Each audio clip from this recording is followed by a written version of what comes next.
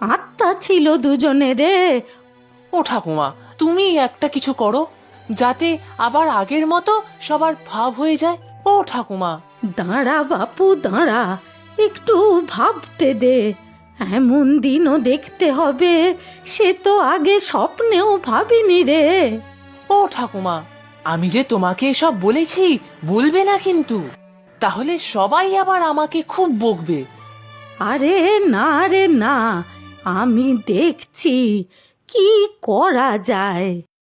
আমি এখন যাই, তুমি এসেছো নীলুকে জানাতে হবে তো। ও দাদু, একটা দারুণ খবর আছে জানো? আবার কি হলো? ওই বুড়ো হরনাথ পটল তুললো নাকি? উফ, খালি বাজে কথা। চিন্টুর বাড়িতে একজন বিশেষ অতিথি এসেছে। ওদের বাড়িতে কে এলো গেল তাতে আমার কি? আর আবার তুই ওদের বাড়ির ছেলের সাথে মিশছিস? খুব মার খাবে কিন্তু আমার হাতে। চিন্টু আমার খুব ভালো বন্ধু দাদু। তোমরা যতই ঝগড়া করো, আমি ওর সাথে সুযোগ পেলেই গল্প করব।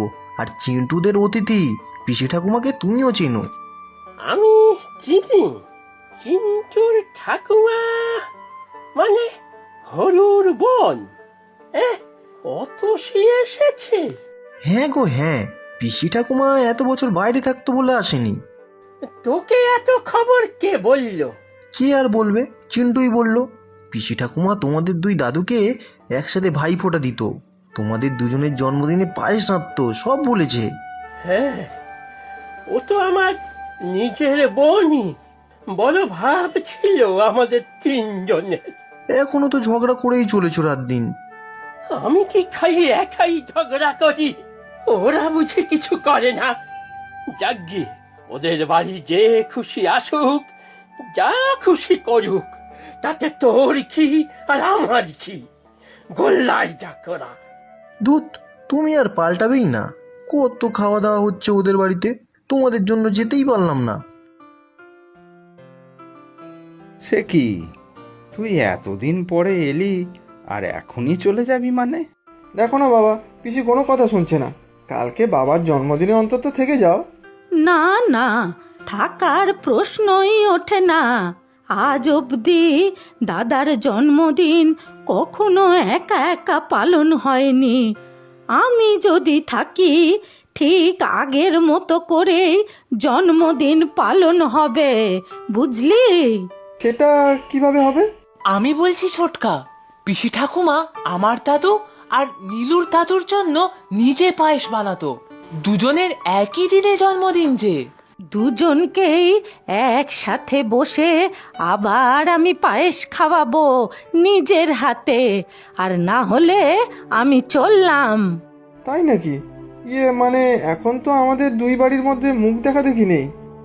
সে তোরা জানিস, একটা আম গাছ নিয়ে ঝগড়া হয় বাপের জন্মে দেখিনি বাপু।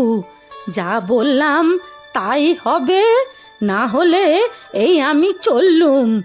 ও পিসি, যেও না পিসি ঠাকুমা, আমি কত গল্প করব তোমার সাথে ভেবেছি। ও দাদু। অতসী, দাঁড়া, এইভাবে যাস না, বাড়ির অকল্যাণ হবে। তাহলে ধনু দাদাকে ডেকে এখনই সব মিটমাট করো। সে না হয় আমি রাজি, কিন্তু ধনু কি রাজি হবে? যা দিমাগ ওর।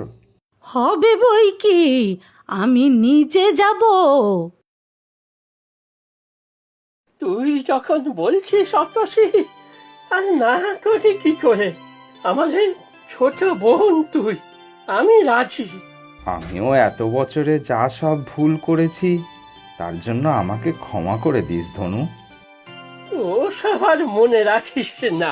তুচ্ছ ব্যাপার নিয়ে আমাদের দুই পরিবারের সবার মধ্যে কথা বন্ধ, শুধু এই নাতি দুটি ছাড়া। ওরাও আমাদের দুজনের মতো হরিহর আত্মা। ওরাই বুদ্ধিমান আর আমরা সবাই বোকা। তবে আজ আমি খুব খুশি, আমার আশাটা সার্থক হয়েছে। কি মজা রে নীলু, এবার থেকে প্রাণ ভরে তোর সাথে খেলতে পারবো। হ্যাঁ তাই তো। ও দাদু, কাল তাহলে তোমার জন্মদিনও হবে তো? আলবাত হবে। আমি নিজে দুজনের জন্য পায়েস রান্না করব, সেই আগের মতো।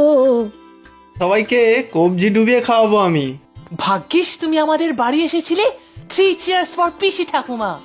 Heap hip hooray! আপনারাও আসবেন কিন্তু।